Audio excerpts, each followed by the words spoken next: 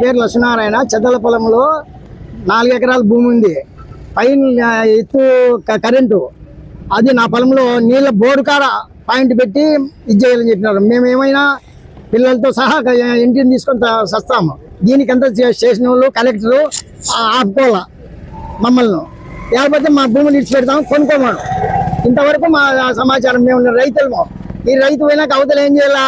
నీళ్ళు తాగేకి లేకోకుండా కూడా మోటార్ లేకోకుండా ఈ పొద్దు మోటార్లు కూడా ఎత్తిపీకి వాళ్ళు దౌర్జన్యంగా చేస్తున్నారు. అదే వాళ్ళే వచ్చి ఈ పొద్దు మేము పోలీసులు ప్రొటెక్షన్తో మేము గుంతలు తవ్వుతాము అని దౌర్జన్యంగా స్టేషన్ ముందరే మాట్లాడుతున్నారు. మరి మేము ఎవరు ఏమని చెప్పినా కూడా మా మాట అంటే నిగ్రహం చేసుకోలే. మళ్ళీ లాస్ట్కి ఏమంటున్నారు, మీరు కాదంటే కోర్టు పోయి నిలబెట్టుకోపోండి అనే మాట కూడా మాట్లాడుతున్నారు వాళ్ళేను. ఇంతవరకు మాకు మా న్యాయం చేస్తారా చేయండి, లేదంటే మా పిల్లలు మేము ఇంటిని డబ్బాలు మీకు తీసుకొని తాగుతాం. సిఐ గారికి కానీ కలెక్టర్ కానీ మీ జవాబుదారితోనే. దీనికి ఏమొచ్చినా కూడా మా కుటుంబాలన్నీ నాశనం అవుతాయి. మీకు కూడా మీ కుటుంబాలు ఉంటాయి. మీ భూముల్లో కూడా ఈ రకంగా కలెక్టర్కి అట్లే ఉంటాయా, సిఐకి అట్లే ఉంటాయా? ఈ మీ భూములు బట్టి మీరు ఎంత మాత్రం శక్తితో చేయగలుగుతారు? ఇది మీరు తెలుసుకోవాలి.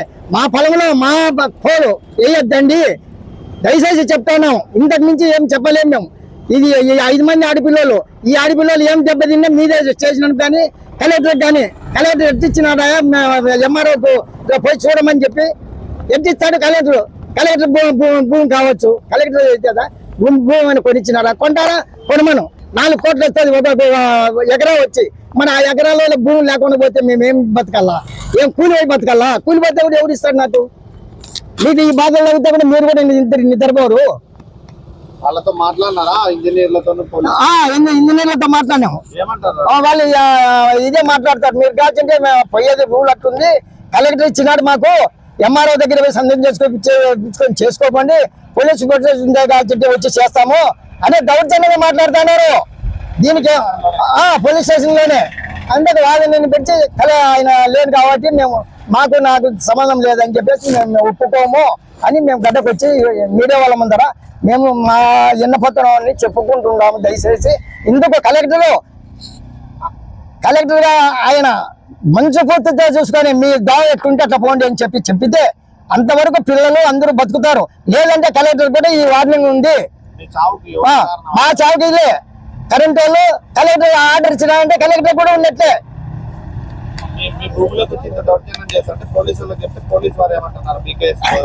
పోలీసు వాళ్ళు ఇంతకుముందు వచ్చి బీకేసీ కూడా మీకు న్యాయం ఎట్లుంటే అట్లా చూసుకోండి, మీకు ఒప్పుకొని ఎవరేం చేయలేడు అని చెప్పేసి పోలీసు వాళ్ళు కూడా పెట్టారు. మాకు ఇంత మాత్రం ఇది చేశారు. మరి దీని మీద మీరు ఏం చేయగలుగుతారు? కలెక్టర్ గారే రైతు దగ్గరికి వచ్చి మేము పోయేదే మాకు ఉంది రూలు, కలెక్టర్ ఇచ్చినాడు అని చెప్పి వాళ్ళు పోలీస్ స్టేషన్ పంపించినారు. మరి పోలీస్ స్టేషన్ లో మేము ఏంటంటే చెప్పుకున్నాము. మరి దీని మీద మీరు ఏం చేయగలుగుతారో మాకు తెలియదు. మేము బోర్లు వేసించాం, బోర్ల కన్నా గుంటలు. మరి హైవేకి ఉన్నది ఈ పొద్దు 4 కోట్లు ఒక ఎకరా వచ్చి మరి 5 ఎకరాలు ఎవరు చేయగలుగుతారు? మీరు ఇచ్చే 3 కోట్ల దొడ్లకు రైతు గారు ఇంటిని తాగాల్సిందే, ఇంటిని పిల్లలతో సహా తాగాల్సిందే. ఈ బాధ్యత అంతా పోలీస్ స్టేషన్ వాళ్ళు, కలెక్టర్, ఆర్డీఓ, వీళ్ళంతా ఎంఆర్ఓ, వీళ్ళందరికీ నా బాధ్యత ఉండాల్సిందే ఖచ్చితంగా. చెప్పినాం పత్రాలు అందరికీ నోటీసులు కూడా పంపించేసినాం.